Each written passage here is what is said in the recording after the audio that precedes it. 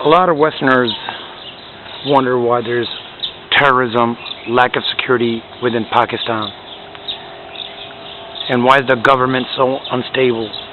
Why has there been military coups? Well, one of the reasons is there's a lot of corruption within the police departments, corruption within all governmental agencies, high unemployment rate, lack of public security,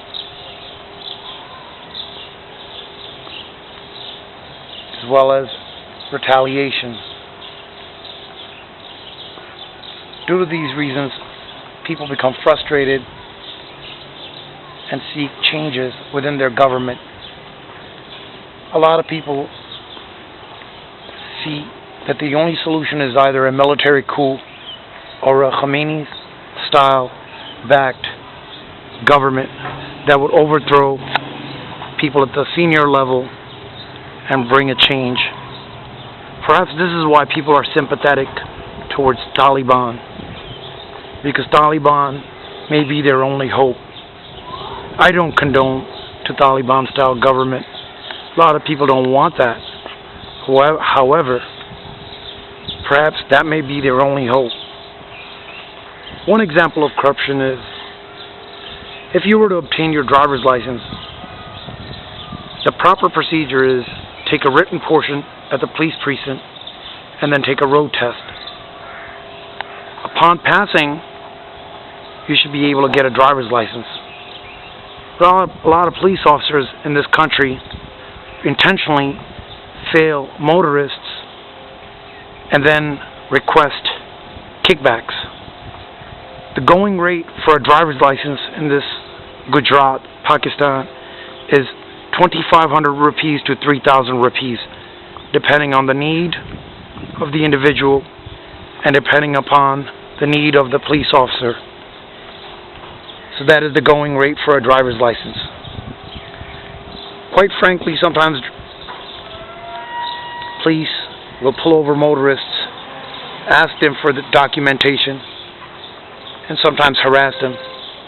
And if they cannot submit proper identification, they will ask for money. Also, people who will try to file a police report, the police will simply ignore their report. They will not take these people seriously. This is my personal experience when I saw an abduction in progress and I went to the police precinct and I attempted to file a report, and the detective in charge, whose name is Muhammad Asghar, told me, "Do you think that we are the people who are participating in such crime?" And so finally, when I spoke in English, I told him, "I'm not here to argue with you or have a confrontation. I'm here to make a police report, and I want to see results." The only way you can get police security and results is either you have military connections or you're wealthy. But if you're a regular average Joe, you won't have police security. Also, the police is involved in sometimes such crimes.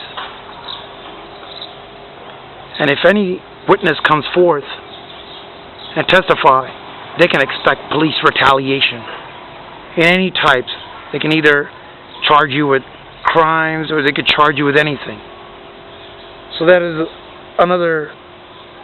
a public fear, that the police retaliation. Unaccountability. There's absolutely no accountability of police reports or police procedures, or also police officers who have been charged in accepting bribes. There's no accountability. There is no attorney general in this country, should I say, and if there should be, they're not active. The courts